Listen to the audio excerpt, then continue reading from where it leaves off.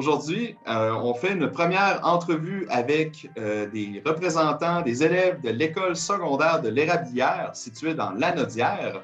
Et on va parler davantage aujourd'hui du projet Memento. Ce projet a remporté une bourse de 500 $ durant la campagne On s'engage de cette année. On veut savoir ce qui s'est passé en tant que projet phare de notre campagne. Et donc, aujourd'hui, on s'entretient avec plusieurs de ces élèves qui sont impliqués dans le projet. Tout d'abord, j'aimerais poser une question à Osvaldo et à Juliette de savoir, est-ce que vous pourriez nous résumer un peu plus le projet Memento en quelques mots pour le grand public? Eh bien, merci Francis. Memento, le guide d'humeur citoyen, est un site de référence dynamique et interactif pour tout bon citoyen. On y trouve des informations pertinentes qui vont alimenter au bien-être jusqu'à la consommation, loisirs, environnement, maison, technologie, travail, transport et même éducation. Notre but est de créer un site web auquel les personnes pourraient s'y référer afin de vivre mieux grâce aux astuces pratiques et informations qu'ils contiennent. Et dans les faits, c'est qu'avec la COVID, dans la COVID-19, la pandémie, on a remarqué que les gens ont regagné une certaine sensibilité à tout ce qui a trait à prendre plus soin de la planète, prendre plus soin d'eux-mêmes, donc manger mieux, développer une autonomie alimentaire, faire plus de sport, etc. Puis ça a demeuré dans nos têtes pour qu'on crée un projet qui est en lien avec le programme de l'école dans lequel nous sommes, POM, donc Programme Ouverture sur le monde. On est 4 élèves en ce moment, mais dans le projet, on est 29 élèves, plus notre professeur de français qui est aussi notre professeur d'engagement communautaire. Donc, c'est pendant ces midis-là à l'école qu'on travaille sur des projets dans le cadre de notre concentration.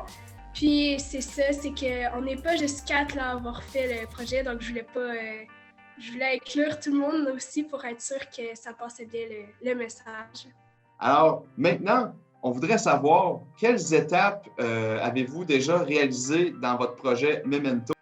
La première étape, ça a été de savoir en quoi faire nos recherches, puis diviser la classe en mini-groupes pour faciliter les recherches. La deuxième étape était de garder une bonne communication pour être sûr que tout allait bien, puis si on pouvait travailler en équipe ou avec d'autres personnes. La troisième étape, ça a été quand on avait terminé nos recherches, puis qu'il fallait les mettre dans le site. Chaque équipe qui s'occupait de différents onglets s'occupait aussi des différentes pages. Puis quand on a eu terminé, on a jugé les autres sections pour être sûr qu'il n'y avait pas de problème. La quatrième étape, c'était écouter les conseils des autres, puis changer des choses, puis améliorer le site. La cinquième étape, ça a été de réfléchir aux moyens de diffusion. Puis on a encore fait des équipes à ce moment-là pour les différents aspects de la diffusion et de la publicité. Puis il va rester à diffuser, là. Vous avez probablement vécu des obstacles dans la réalisation de votre projet. Peux-tu nous expliquer un peu ce qui peut s'être passé puis comment vous avez affronté ces situations-là? C'était en temps de COVID, mais là, il y a eu plus de restreintes.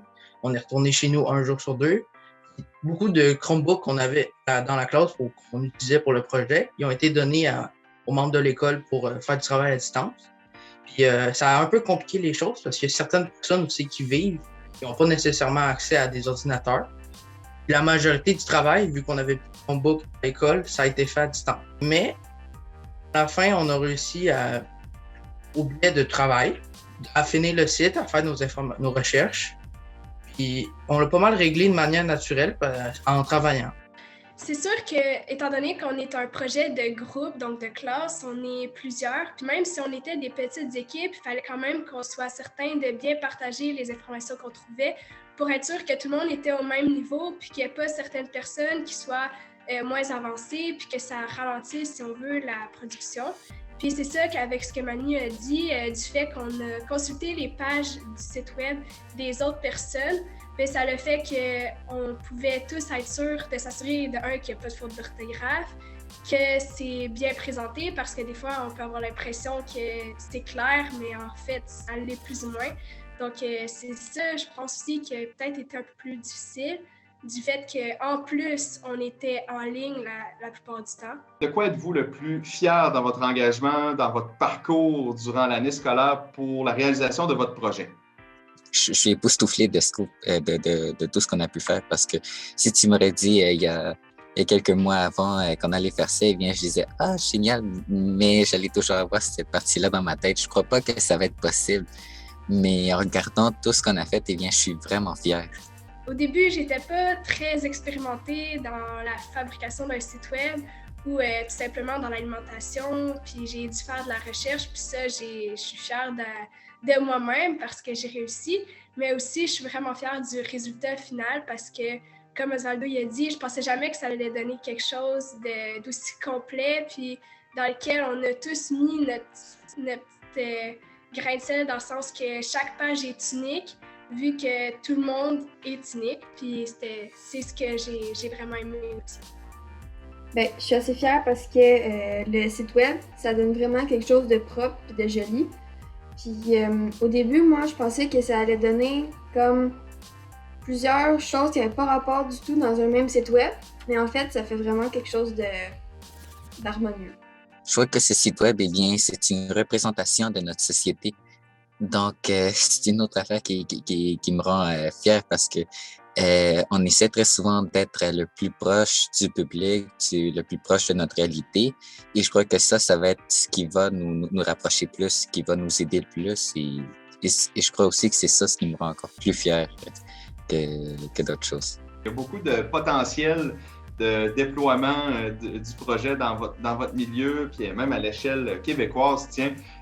Justement, pour tous les jeunes de votre âge là, qui seraient en train de réaliser des projets dans leur école, dans leur milieu, ou qui auraient envie d'en faire, quel conseil fondamental vous leur donneriez à ces jeunes-là?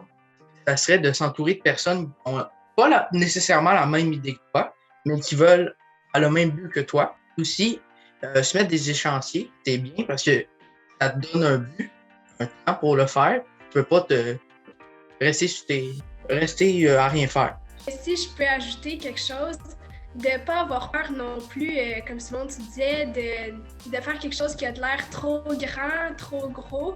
Parce qu'au début, c'est sûr que quand on a une idée comme ça, par exemple, comme nous, de faire un site web, on se dit on ne sera jamais capable, on n'est pas assez, on n'a pas les connaissances.